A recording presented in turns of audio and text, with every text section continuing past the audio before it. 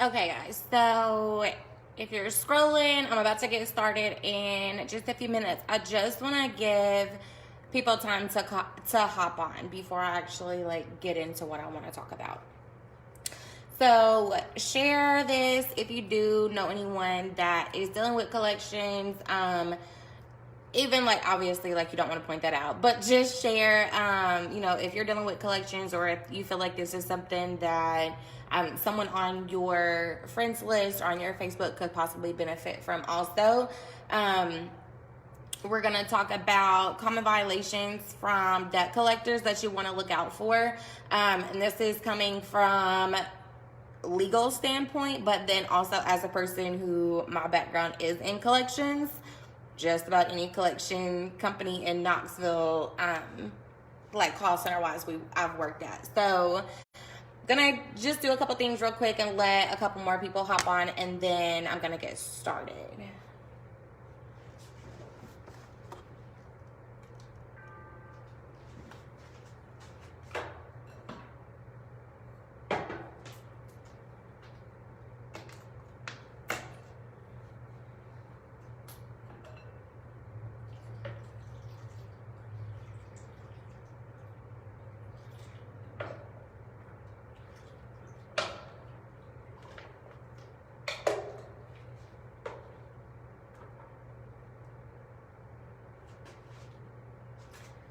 So I don't know, while I'm doing that, I don't know if anyone uses oils, but we definitely all the time have them going in our office. So you're bound whenever you come in here to get some type of good vibes. Hang on.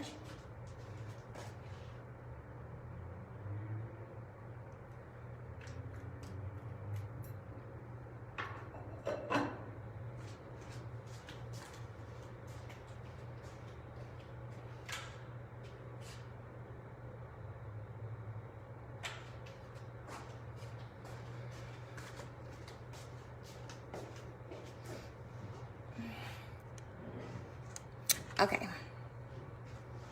Let me move this a little bit.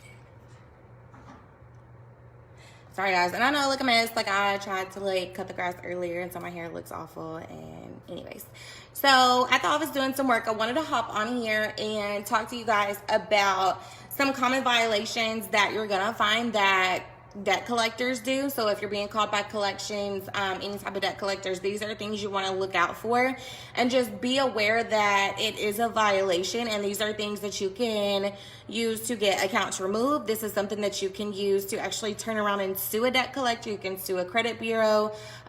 So these are just things that if you don't know, then it's hard to point those out, and it's easy to miss. So I want to go over a couple of those.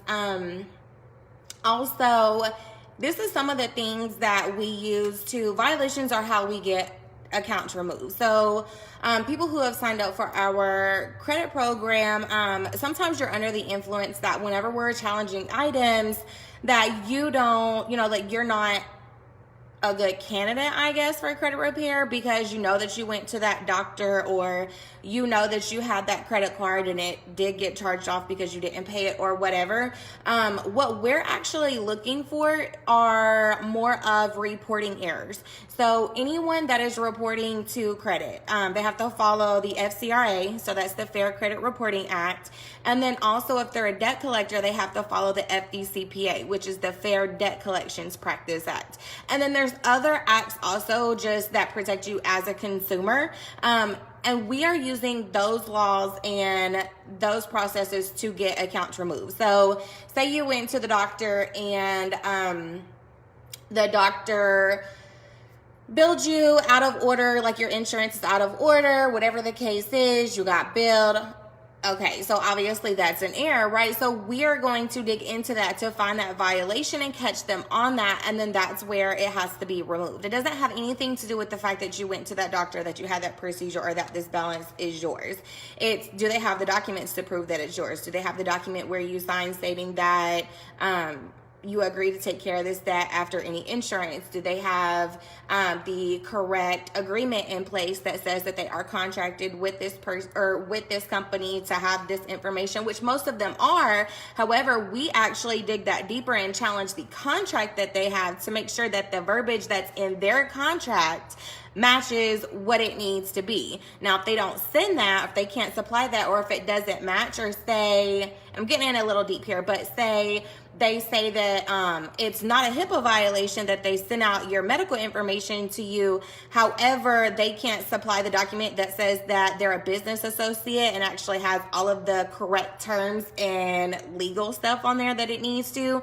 That's a violation. If they don't get back to us within the right time frame, that's a violation. If they don't update something on their credit report while we're disputing and it doesn't have a certain comment within a certain time frame, that's a violation. If we send them a validation letter and they don't respond to us, or they don't respond within the time frame, that's a violation. All these different things are violations, and violations are the things that gets those accounts removed from your credit. Has absolutely nothing to do with whether or not you went to that doctor, whether you got that charged off card, whether this was an actual late payment. The thing is, do they have these things to prove that and to prove that you owe it? So think how you want about that, but they are legally responsible to uphold certain laws, especially like the FCRA and the FDCPA and things like that. And by all means, it's not being it's not like trying to get out of your debt or anything. They legitimately are violating laws. So these laws are made to protect you. We point those out, and even though technically you feel like you may owe that bill, there may be that account may be reporting differently on the 3 different bureaus, and that's not okay. This is a company that is reporting to your credit, and that is very serious. If something is in the wrong field, or if something is input wrong, or if something is missing, then that can have effects on your credit score, which can in turn have effect on you getting approved or getting a good interest rate or anything of this such. So that's where we come in. So let me get past all that. I'm going to jump in real quick to some of the common collector violations, and then I'll also kind of tell you my experiences being a collector and some that I know that we've done. So the first one that I want to go over is a collector is not able to contact you before 8 a.m. or after 9 p.m. your local time.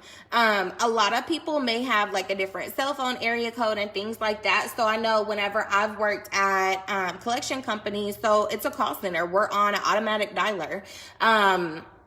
It's just automatically calling out. If you say you live in Tennessee, but you moved from Florida, you still have an 831 area code, we're probably going to call you in. Well, that's not a good, let me say. So say you moved in Tennessee, you're from Tennessee, but you moved to Georgia. Okay, well, we still have your Tennessee 865 number. You're in Georgia. Okay, the first time, okay, right? Because you have an 865 area code. Now, we can get into how that can be a violation later. However, say they legitimately didn't know because you do have an 865 area code, but you answer and you let them know. You don't even have to verify yourself. Hey, you're calling me outside of legal hours. I'm in such and such state, or even, you could just be not even very general and just, I don't know where you're calling from. However, it is not before 8 a.m. My local time, and I demand that you not call this number anymore. But then they know to notate it as not the time zone. And then if they continue to call after you've told them, mind you, you did not verify who you were or anything. And collectors are trained to get you to verify yourself. So they may say something as, okay, well, before I can notate that, I just need to verify that I'm speaking to the right person, or, whatever the case may be. Look, I threw out my collector voice real quick. So, that is one of the common things. It doesn't necessarily happen a whole lot because, like I said, a lot of these phone places, if you've ever worked in a call center, it's an automatic dialer a lot of times. While I'm on that, because I'm not sure that I have that in here, did you know that it is actually a violation of, I want to say,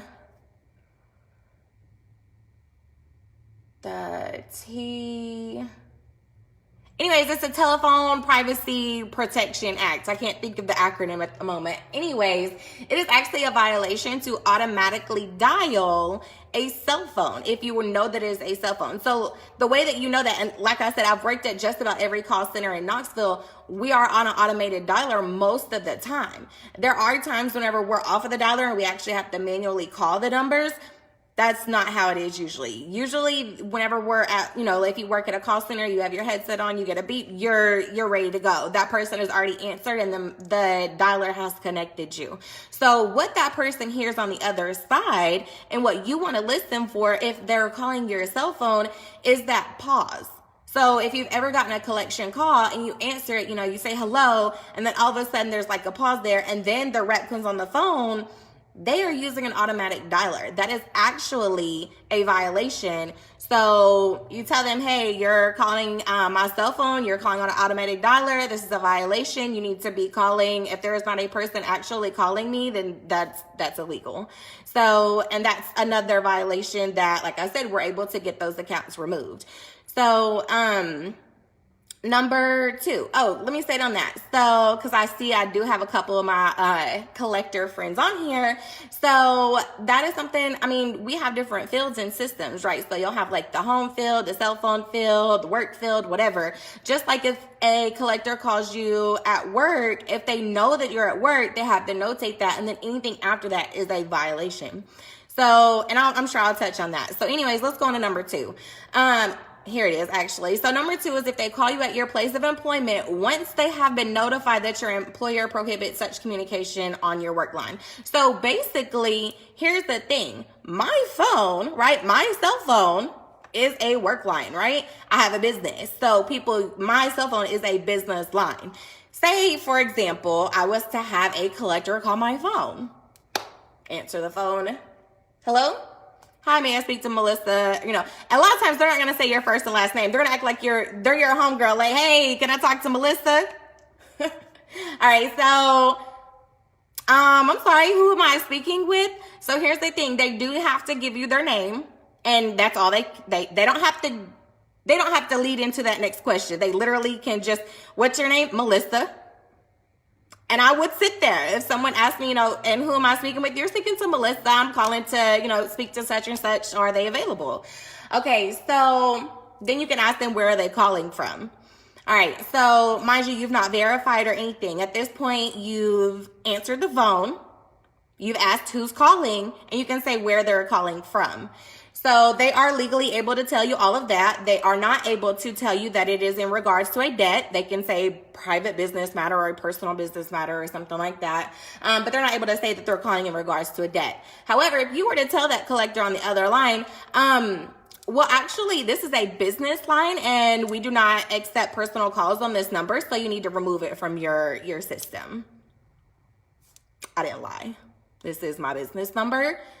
And I don't allow personal calls on my business line. Okay, so here's the thing. After I've told them that, if they call again, let me save that, screen record it, whatever. And actually in Tennessee, shut up, Jared. So actually in Tennessee, only one party has to consent, right? So say if someone calls, you know how they're always like, what is it? So this intent to collect that. Any information can be used for that purpose. This call may be monitored and recorded, right? So I have to say it to get it all at the end. So this call may be monitored and recorded. Here's the thing. You do not have to say, yes, I agree, because in Tennessee specifically, because we're in Tennessee, so I'm going to let you know about that.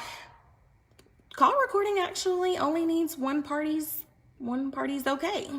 So as long as you think that it's okay to record that collector on the other line, go ahead and get that call, because maybe whenever they call you on that line that you've already told them is a work line, that's a violation. And guess what? You can sue them for up to $1,000 per violation. Matter of fact, go ahead and let them keep calling, keep answering, keep recording. Call me, get you in touch with a consumer attorney, and then we'll get you some money. And they also have to remove it from your credit report. So that one is there.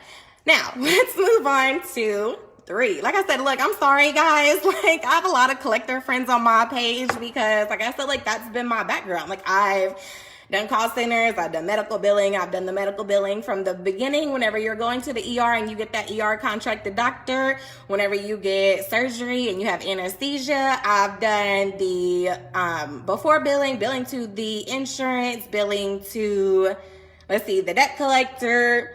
I was the one over there looking up your information to see if you had the right requirements to be able to sue you, because I got commission off of that and I was going to do it if I could.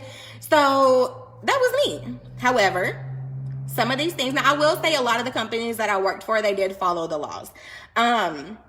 However, there has been a couple that I've worked for, no names mentioned, that we definitely did not follow the law as far as harassment, because there is a company in Knoxville that allows you, like, we called people up to 15 times a day.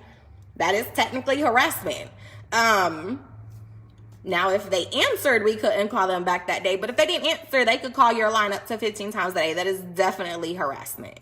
Let's move on. So number 3, communicate information about your debt to any person other than you, your attorney when calling. All right. So let me say again, Tennessee is a spousal state. So let me back that up. Let me actually go back. Let me look that up for y'all.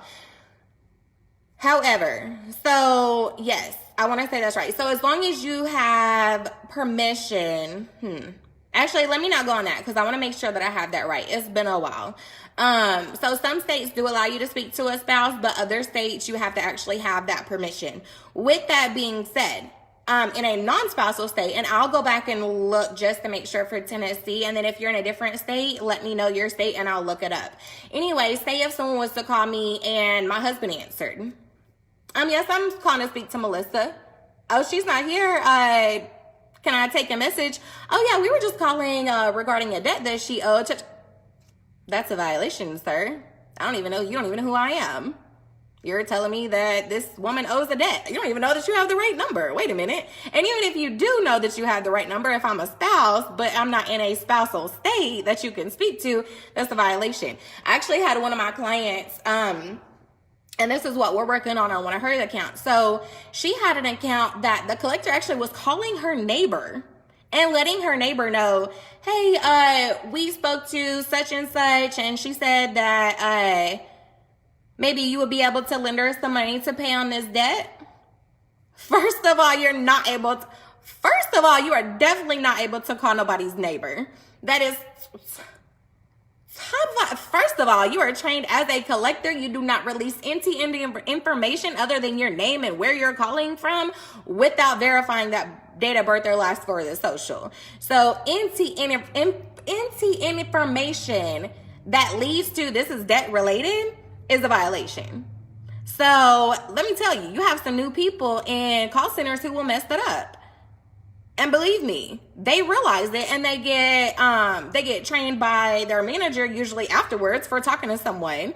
I've done it, and I've been working in collections for, I'm almost 30, so 12 years. I started at 18, so 12 years.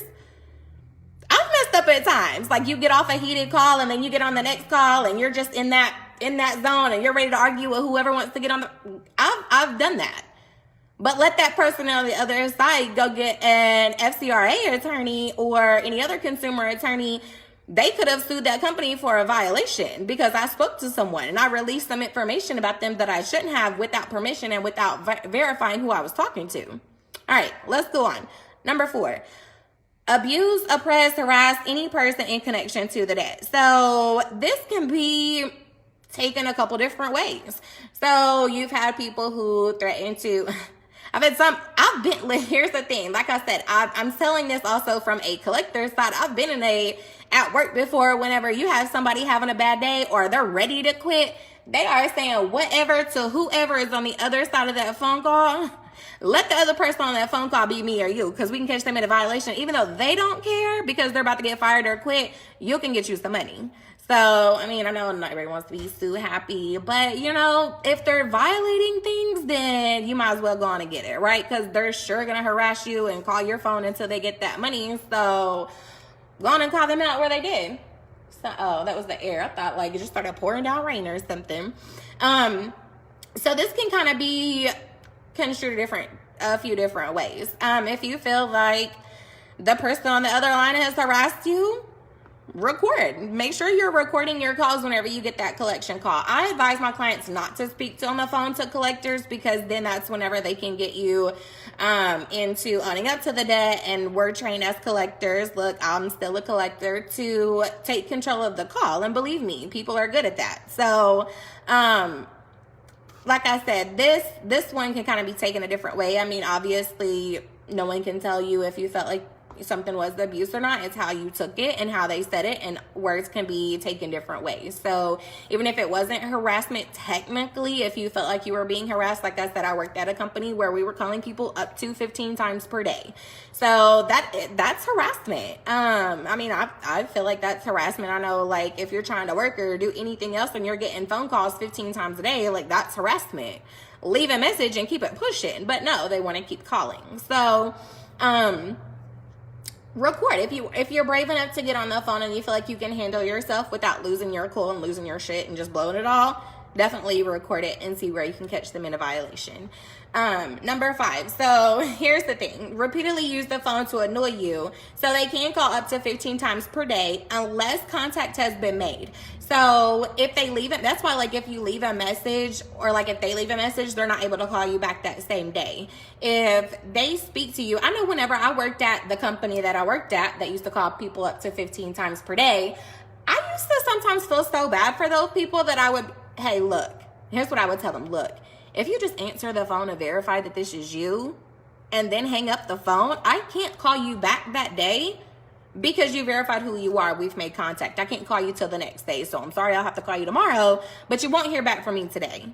So then tomorrow you just do that same thing, right? So here's the thing. You can verify, they can't call you anymore. However, you verifying also verifies that they have the right number. You can also say that they have the wrong number 3 times. And if they call you after hearing that they have the wrong number 3 times, that's also harassment. You've been notified that that's the wrong number. I mean, they don't know that it is or not. But if you tell someone that it's the wrong number 3 times, then they have to remove that number. Number 6, so if they threaten legal action against you as a scare tactic, but they don't intend to do so, or they have the legal right to do so, that's a violation. So you have collectors who will threaten to, like, have, that's how you know, like, the whole IRS shit is a scam, like, where they call you and tell you that your taxes, like, if you don't send them a money order or whatever, then you're gonna be arrested or something. First of all, a debt, like a collection debt, a medical debt, a charge-off is not a criminally charged crime.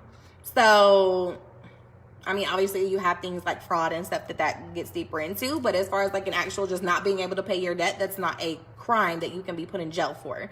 So if anyone was to threaten to, like, oh, well, I'm going to call your neighbor, I'm going to call your friend, I'll keep calling you, I will, we can sue you, we can garnish your wages, anything like that, if they don't actually intend to do so, that is illegal. So, here's something else. So pretend to be someone else, such as an attorney or government agency. This is a funny one. So they're not able to tell you that they're someone that they're not. However, you do have a lot of collection companies who have attorney-ish names.